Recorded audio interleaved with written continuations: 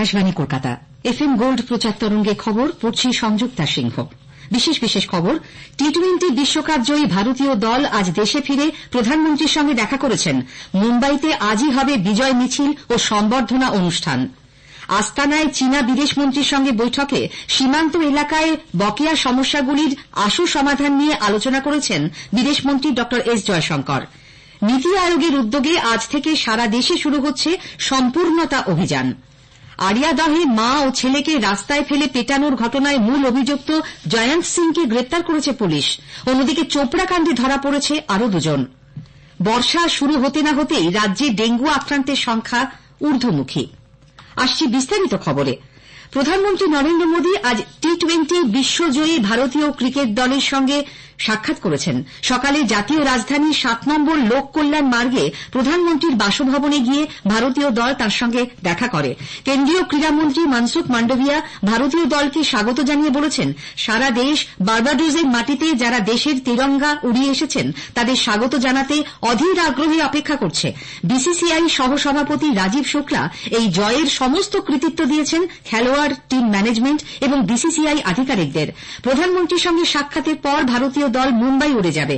বিকেলে ট্রফি নিয়ে নরিমন পয়েন্ট থেকে ওয়াংখেড়ে স্টেডিয়াম পর্যন্ত হবে বিজয় মিছিল। সন্ধ্যায় ওয়াংখেড়ে স্টেডিয়ামে এক অনুষ্ঠানের আয়োজন করা হয়েছে। সেখানে বিসিসিআই বিশ্বকাপ জয়ী দলকে 125 কোটি টাকা আর্থিক পুরস্কার প্রদান করবে।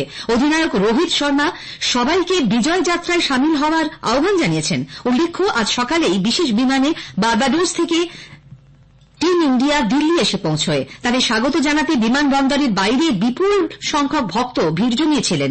এরপর দিল্লির আইটিসি মৌর্যা হোটেলে পৌঁছয় ভারতীয় দল। সেখানে কেক কেটে বিজয় উৎসব পালন করা হয়। বার্বাডোসে গত শনিবার দক্ষিণ আফ্রিকাকে 7 রানে হারিয়ে টি-20 চ্যাম্পিয়ন হয় ভারত। প্রাকৃতিক বিপর্যয়ের কারণে ক্রিকেটাররা এতদিন দেশে ফিরতে পারেননি। বিদেশমন্ত্রী ড এস জয়শঙ্কর কাজাখস্তানের রাজধানী আস্তানায় আজ চীনা বিদেশমন্ত্রী ওয়াং ইর সঙ্গে মিলিত হন। সীমান্ত এলাকায় বকেয়া সমস্যাগুলির আশু সমাধানের ব্যাপারে আলোচনা করেন তাঁরা। দুপক্ষই কূটনৈতিক ও সামরিক বৈঠকের মাধ্যমে তাঁদের প্রয়াস দ্বিগুণ করতে সহমত হয়েছেন। ড জয়শঙ্কর বলেছেন, প্রকৃত নিয়ন্ত্রণ রেখাকে মর্যাদা দেওয়া এবং সীমান্তে শান্তি ও স্থিতিশীলতা সুনিশ্চিত করা জরুরি। তিনি বলেন, ভারত চীন দ্বিপাক্ষিক সম্পর্কের দিক নির্দেশ করবে পরস্পরের প্রতি সম্মান, সংবেদনশীলতা এবং পারস্পরিক স্বার্থ। গাজা ভূখণ্ডে ইসরায়েলের বিরুদ্ধে যুদ্ধে ইতি টানা নিয়ে কাতারের এবং মিশরীয় মধ্যস্থতাকারীদের সঙ্গে কথা হয়েছে বলে হামাস জানিয়েছে। এক বিবৃতিতে তারা বলেছে, প্যালেস্তিনীয়দের ওপর হামলা রুখতে বিভিন্ন পরিকল্পনা নিয়ে মধ্যস্থতাকারীদের সঙ্গে কথা বলছে তারা। ইসরায়েলের প্রধানমন্ত্রী বেনিয়ামিন নেতানিয়াহু এক বিবৃতিতে জানিয়েছেন, মধ্যস্থতাকারীদের কাছ থেকে হামাসের অবস্থান সম্পর্কে তারা জানতে পেরেছেন। এ ব্যাপারে বিচার বিবেচনা করার পর ইসরায়েল তাদের বক্তব্য জানাবে। নেপালে পুষ্পকমল দহল প্রচণ্ড সরকারের 8 মন্ত্রী ইস্তফা দিয়েছেন। সকলেই সিপিএন ইউএমএল এর সদস্য। গতকাল প্রধানমন্ত্রী প্রচণ্ডর হাতে তাঁরা পদত্যাগপত্র তুলে দেন।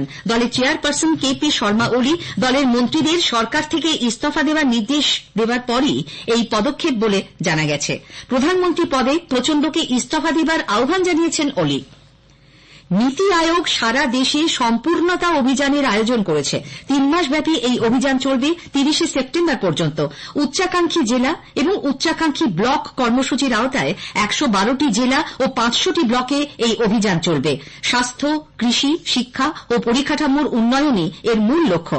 মহারাষ্ট্রের ধারাশিব জেলায় সম্পূর্ণতা অভিযানের আওতায় স্বনির্ভর গোষ্ঠীগুলির জন্য প্রদর্শনী, স্বাস্থ্য বিষয়ক সভা সহ একাধিক কর্মপরিকল্পনা নেওয়া হয়েছে। নীতি আয়োগ ধারাশিবকে উচ্চাকাঙ্ক্ষী জেলা বা অ্যাসপিরেশনাল ডিস্ট্রিক্টের তকমা দিয়েছে। এক্ষেত্রে বিশেষভাবে নজর দেওয়া হচ্ছে পারান্দা তালুকের ওপর। অন্যদিকে উত্তরাখণ্ডের হরিদ্বার ও উধম সিং নগরেও আজ শুরু হচ্ছে সম্পূর্ণতা অভিযান।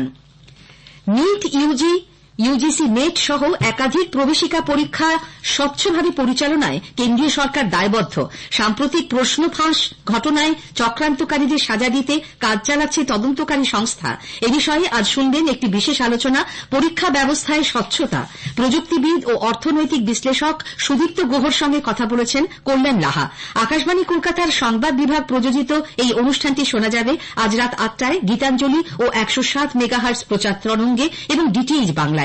একই সঙ্গে আমাদের সবকটি সোশ্যাল মিডিয়া প্ল্যাটফর্মেও অনুষ্ঠানটি সরাসরি সম্প্রচারিত হবে। খবর শুনছেন এফএম গোল্ড প্রচার তরঙ্গে।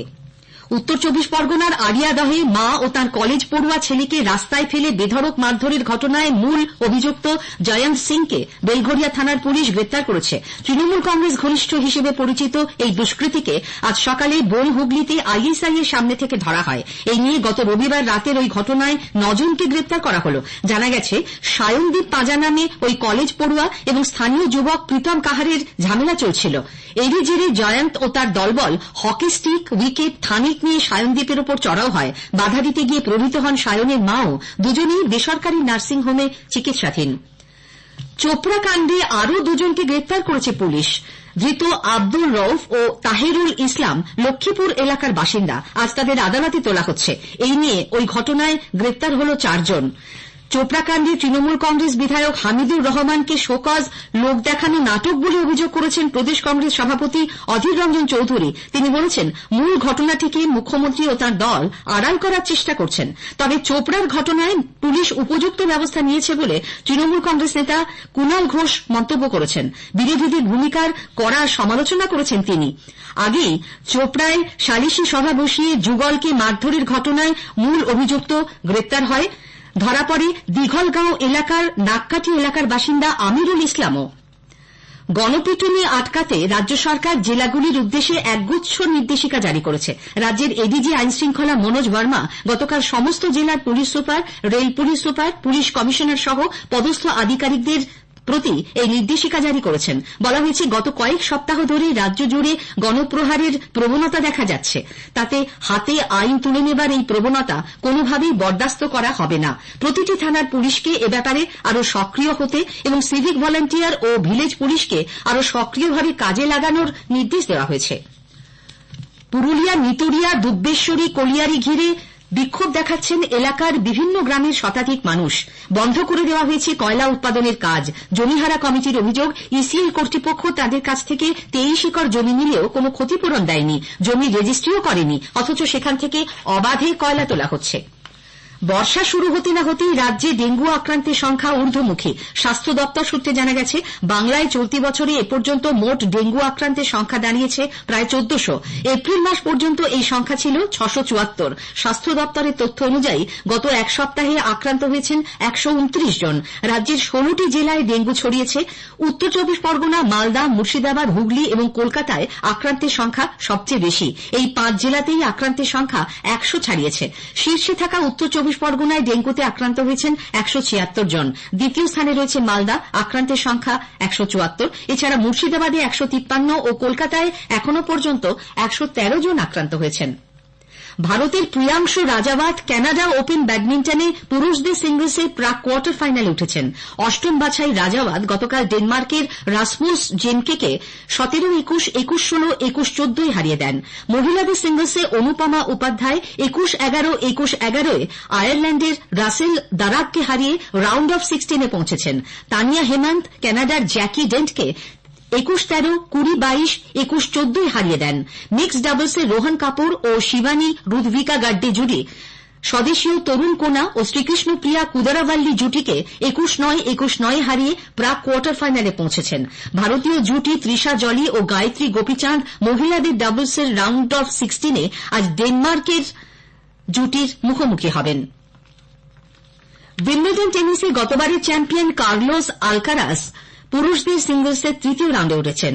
তৃতীয় বাছাই স্পেনের আলকারাজ অস্ট্রেলিয়ার আলেকজান্ডার ভুকিচকে 7-6, 6-2, 6-2 পরাজিত করেন। পুরুষদের ডাবলসে ইউকি ভামরি ও আলবানো অলিভেত্তি জুটি আজ কাজাখস্তানের আলেকজান্ডার বুবলিক ও আলেকজান্ডার শেভচেঙ্কোর মুখোমুখি হবেন।